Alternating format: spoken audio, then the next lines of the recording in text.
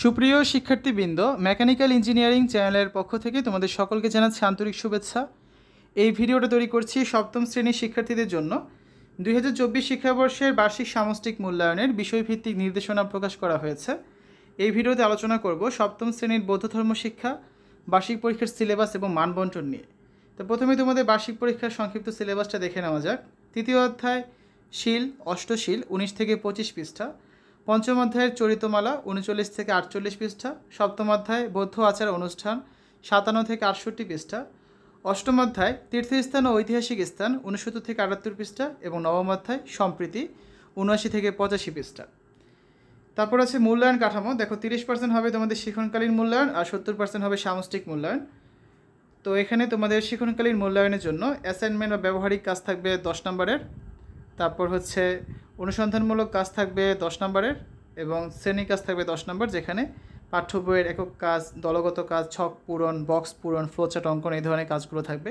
এখানে প্রতিটা কাজের কিছু নমুনা দেওয়া আছে তোমাদের বোঝার সুবিধার্থে। এর মানে এই না যে এই কাজগুলো তোমাদের করতে হবে, ঠিক আছে?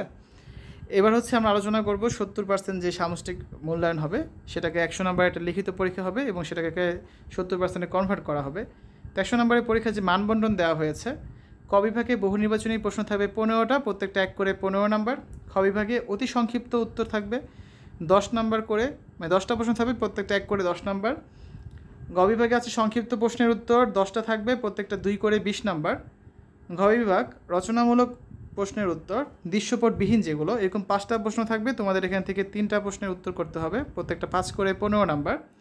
আর বিভাগে আছে রচনামূলক প্রশ্নের উত্তর দৃশ্যপট নির্ভর যেগুলো, এরকম থাকবে 8টা প্রশ্ন। এই 8টা থেকে তোমাদের 5টা অ্যান্সার করতে হবে, প্রত্যেকটা 8 নম্বর করে, 5 8 40।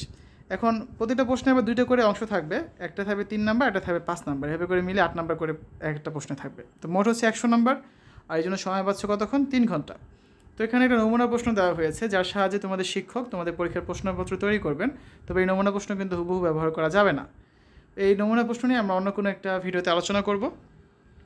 শিক্ষার্থীরা, এতক্ষণ তোমরা দেখলে সপ্তম শ্রেণীর বৌদ্ধ ধর্ম শিক্ষা বার্ষিক পরীক্ষার সিলেবাস এবং মানবন্টন সম্পর্কিত আলোচনা। আশা করি তোমাদের কাছে ভিডিওটা ভালো লেগেছে।